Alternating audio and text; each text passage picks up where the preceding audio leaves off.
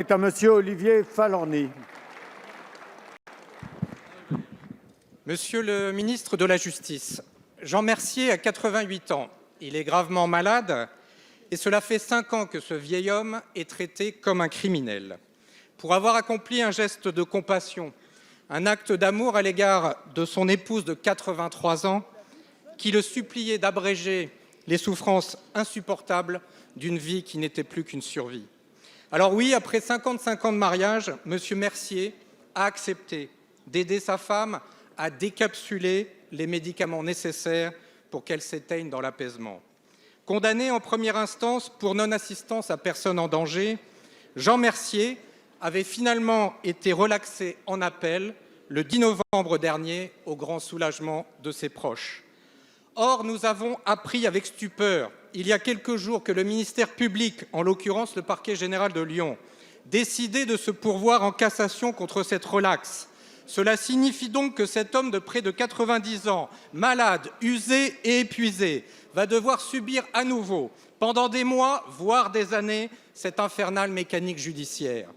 À moins que, pire encore, il ne quitte ce bas monde avant même d'avoir été définitivement innocenté. Cette affaire démontre hélas une nouvelle fois que notre législation sur la fin de vie est totalement hypocrite et qu'elle ne règle rien, bien au contraire. Ainsi, pour avoir épargné à sa femme de subir un acharnement médical, Jean Mercier subit aujourd'hui un acharnement judiciaire. C'est donc pour lui un double drame et une double peine. Monsieur le ministre, il y a la loi, mais aussi l'esprit de la loi. Et celui-ci devrait conduire, par humanité, à laisser enfin ce vieil homme pouvoir finir sa vie en paix.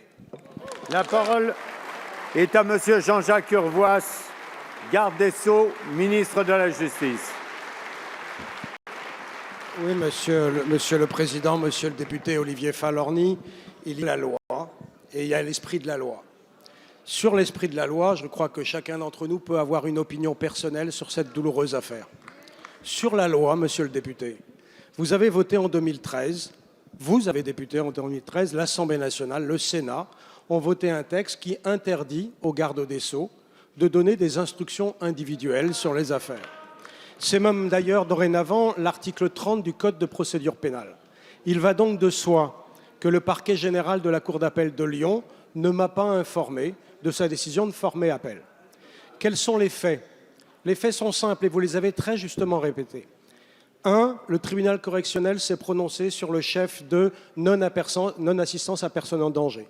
La Cour d'appel de Lyon a estimé que ce n'était pas ce chef d'accusation qui devrait être retenu, mais celui de meurtre ou de complicité de meurtre. Il y a donc une divergence entre les deux juridictions. Vous savez comme moi que la Cour de cassation n'est pas une troisième juridiction, et c'est d'ailleurs le cas depuis 1804.